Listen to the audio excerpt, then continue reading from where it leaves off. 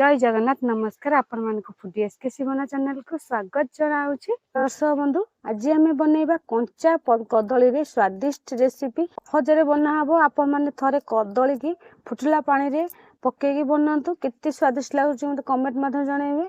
आ recipe टाको प्रथम शेष पर्यंत देखंतु मु केमती बनाउची। आ चलंत आम रेसिपी आरंभ करबा। तो बंधु देखंतु कंचा बंतल कदली मु दुईटा नै जाईची सेतरे आलू दुईटी नै जाईची। आमे चलंतु प्रथम आग काटी दबा। तो बंधु देखंतु मु कदली की एमती मझिरु दिखंड कर देइची आलू भी गोटे काट देइची। आमे कोन करबा देखंतु ए बसे देइची करी पानी देइची पानी भी फुटिलानी। आमे सेतरे कदली तक ए पानी रे एमती पकेई दबा एमती सब तक आलू पकेई दबा। दुईटा कदली रे आ गोटे आलू रे बनेबी आमे गोटे सिझिबा को दबा। तो बंधु आज दुईटा आलू आ दुईटा कंचा बंतल कदली आमे बनेबा। जे आपण माने कदली परिमाण टिके अधिका नेबे आ मु छोट छोट आलू दुईटा नै जाइची। आ कदली जेतु बने दुईटा कंचा कदली अछि जे कंचा कदली आज स्वादिष्ट रेसिपी बनेबी।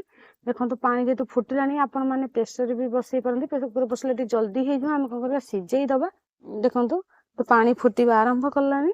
मन चाहले कदली की आलू के अलग अलग सिझेई परंती मु जेति एका थरे नउची पानी सेतरे एका थरे आलू आ कदली पकेई देइची। आमे सेतरे हल्दी गुंड पकेई दबा आधा चामचे टिके कळा न हो एंती कदली। तापर आमे सिझिबा पई लूण पकेई दबा। लूणटा आमे पकेई दबा आधा चामच लूण टिके जल्दी सिझिबो।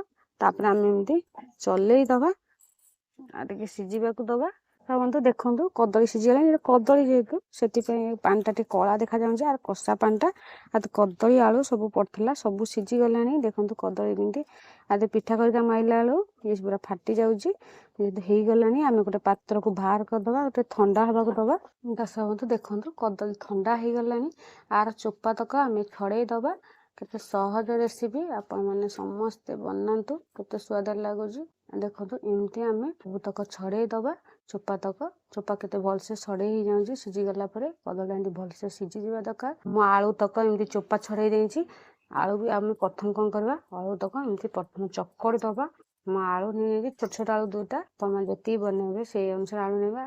कदली परिमाण टिके अधिका नेबे कदली परिमाण अधिका हेले कदली रे मु बनाउची स्वादिष्ट रेसिपी। आपण आलू न पकेया चाहतांती ताले स्किप कर पानते आलू टिके पकेले टिके बहलिया टिके हबो आउ भी भल अठा भी धरिबो सेति पे हमें आलू टिके पकेई देइछे। एमती हमें एथरा हम कोन करबा कदली नै जिबा आ जते सब कदली हमें चोपा छड़े देइछे से कदली तक नेगी हमें प्रथम कदली की आलू सहित एमती चकड़ी दबा। देखंतु आपण माने एते प्लेन करी चकड़ी नै टिके अल्प टिके खद खदडा थबो सेमती चकड़ देबे। देखंतु एमती हमें प्रथम को चक्कर दबा आलू संगे रे कदली की। दर्शक बंधु देखंतु आलू कदली एखारी चकड़ा हेई गला। आमे सेतरे कोन करबा दुईटा पियाज मते गुंड गुंड काट देइछे आ भुसम पत्र टिके बड़ पत्र सेते कटा हे जाइछे। आपण माने बे पत्र को छोट पत्र हे देले टे काटिबेनी आ जदी टे बड़ साइज पत्र सेते मते गुंड कर देइछे। आमे ताको पकेई दबा प्रथम तापर एथरे आमे कंचा लका चारटा गुंड काट देइछे पकेई दबा। आमे एथरे कोन करा हळदी गुंड पकेई दबा आधा चामच। तापर आमे स्वाद नै लूण पकेई दबा गोटे चामच लूण नेइछे। जीरा पकेई दबा आधा चामच टे कम। आमे एथरे काश्मीर लंका गुंड टे पकेई दबा आधा चामच कलर हवा पे। बेसन पकेई दबा गोटे चामच। तापर आमे चाउल चूना पकेई दबा 2 चामच। आपण मन जे चाउल चूना आपण मन पाखे नथ ताले आपण मन मैदा पकेई पारंती। सब तक पड़ी गला आमे प्रथम आको कोन करबा भलसे गोली दबा आ पानी दबा आवश्यक नै। जदि पानी दरकार पड़े आमे पछरे अल्प टिके छिंची दबा किंतु पानी किछि तो आवश्यक पड़िबनी। आमे एथरे चक्कर दबा भलसे। दर्शक बंधु देखंतु मु तावा बसई देइजी आपण माने करेई रे भी छाणी पारंती किंतु आमे कम तेल रे बनेइबा। सेतरे कोन करबा तेल पकेई दबा एमती हम चारि करे पकेई दबा। मु रिफाइन तेल नै जाइची। आमे कोन करबा टे तेल गरम हबा को दबा। इधर आमे अल्प टिके गरम तेल पकेइबा। देखंतु तेल पकेइया को भलसे आमे गोली दबा। म आगुरु तेल गरम करके रखी देथिले हम से गरम तेल रे बनेइबा। एतिके छणा हेतला से छणा तेल आमे को भलसे चक्कर दबा समान भाबे जेंती चारियारे लागी जिवो। देखंतु तेल गरम हेई गलानी आमे एमती गोल करी नै करी एमती आदरे एठी आमे चटका चटका कर दबा। आमे जेहेतु बंतल कदली रे आमे बरा बनाउचे आमे एमती चटका चटका आपण माने भी गोल गोल कर पकुड़ी आकर छाणी पारंती। जेहेतु हम कम तेल रे बनाउचे एमती तावा आमे जेति की आवश्यक सेति आमे नै जिबा टे पतला पतला आमे एमती बनेइबा।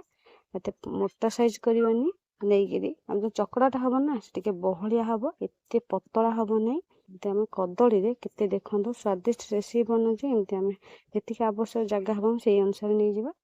ଦେଖନ୍ତୁ ତେଲ ଯୋଉ ମଝିରେ ରହିଛି ଆମେ ଚୁମୁଟା ସାଇଜରେ ଏମିତି ତାୱାରେ ଯେହେତୁ ବନୁଛି ସବୁଆଡେ ସମାନ ନୁହଁ, ସେ ତେଲ ଆମେ ଏମିତି ଚୁମୁଟା ସାଇଜ ଏପଟ ସାଇଡ ଏମିତି କରିଦେଲେ ତେଲଟା ସମାନ ଇଏରେ ଲାଗିଯିବ। ଆମେ ଟିକେ ଦାଗ ଲାଗିଗଲେ ଆମେ ଏପଟ ସାଇଡ ଲଉଟେଇବା, ଜାଳ ଟିକେ କମ ଦବା। ବନ୍ଧୁ ଦେଖନ୍ତୁ ଦାଗ ଲାଗିଗଲାଣି, ଆମେ ଏମିତି ଗୋଟେ ଗୋଟେ ଏମିତି ଲଉଟେଇ ଦବା। ଦେଖନ୍ତୁ ଏପଟେ ଏମିତି ଦାଗ ଲାଗିଯାଇଛି, ଆମେ ଟିକେ ଜାଳ କମ ଦେଇକି ବନେଇବା। ଏମିତି ଏପଟ ସାଇଡ ସବୁ ଲଉଟେଇ ଦବା। ଏତେ ନରମ ହେଇଛି ଯେ ସେଇଥିପାଇଁ ଆମେ ଅଳ୍ପ ଅଳ୍ପ ଟିକେ ଜାଳ ଦବା, ଆଉ ଦାଗ ଲାଗିଗଲେ ଲଉଟେଇବା, ଏ ଭାଙ୍ଗିଯିବ। କାରଣ କଦଳୀରେ ଯେହେତୁ ବନା ହେଇଛି ନରମ ଅଛି। ଏମିତି ଆମେ ସବୁତକ ଲଉଟେଇ ଦବା। ଏପଟ ସାଇଡ ଏମିତି ଦାଗ ଲାଗିବାକୁ ଦବା। ଦେଖନ୍ତୁ ବିନା ସୋଡା ଇନୋରେ କିଛି ପନିର କେମିତି ଫୁଲକା ଫୁଲକା ବନିଛି, କମ ତେଲରେ ବନା ହଉଛି। ଏମିତି ଆମେ ଏପଟ ସାଇଡ ପ୍ରଥମେ ଲଉଟେଇ ଦିଆ ହେଇଗଲା, ତାପରେ ଏପଟଟା ଦାଗ ଲାଗିବାକୁ ଦବା। ସମସ୍ତେ ଦେଖନ୍ତୁ আর କଲରଟା ବି କେତେ ସୁନ୍ଦର ଦେଖାଯାଉଛି। ଆମେ ଜାଳ ଟିକେ କମ ଦେଲେ ସେ ଟିକେ ପୋଡ ପୋଡ ହବ, ମୁଡ ମୁସମୁସିଆ ହବ। ଆଉ ଜାଳ ଜୋର ଦେଲେ ଟିକେ ସିଝିବନି, ପୋଡିଯିବ। ଆମେ ସେମିତି ଟିକେ ଆକୁ ହବାକୁ ଦବା। ଆଉ ଟିକେ ଦେଖନ୍ତୁ ହାତ ମାରିଲେ କେମିତି ଫୁଲକା ଫୁଲକା ବନିଛି। ଦେଖନ୍ତୁ ଏପଟ ସାଇଡ ହେଇଗଲାଣି, ଆମେ ସେମିତି ଏପଟ ସାଇଡ ଆଉ ଟିକେ ଅଳ୍ପ ସମୟ ପାଇଁ ଲଉଟେଇ ଦବା। ଆପଣମାନେ ଏମିତି ବନେଇକି ପଖାଳ ଭାତରେ ଖାଆନ୍ତୁ, କେତେ ସୁଆଦିଆ ଲାଗିବ। ଗୋଟେ କମେଣ୍ଟ ମାଧ୍ୟମରେ ଜଣେଇବେ। କଞ୍ଚା ବନ୍ତଳ କଦଳୀରେ ଏତେ ସୁଆଦିଆ ରେସିପି ବନୁଛି, ଆଉ କମ ତେଲରେ ବି ବନା ହେଇଛି। ଖାସ କରି ଛୋଟ ଠାରୁ ବଡ ପର୍ଯ୍ୟନ୍ତ ଆପଣମାନେ ସମସ୍ତଙ୍କୁ ବହୁତ ପସନ୍ଦ ଆସିବ ମୁଁ ଆଶା କରୁଛି। ଏମିତି ଆମେ ଆଉ ଟିକେ ଏପଟ ସାଇଡ ଏମିତି ଲଉଟେଇ ଦବା। ଏପଟ ସାଇଡ ଲଉଟେଇଲେ ସେ ଟିକେ ମୁଡ ମୁସମୁସିଆ ହେଇଯିବ।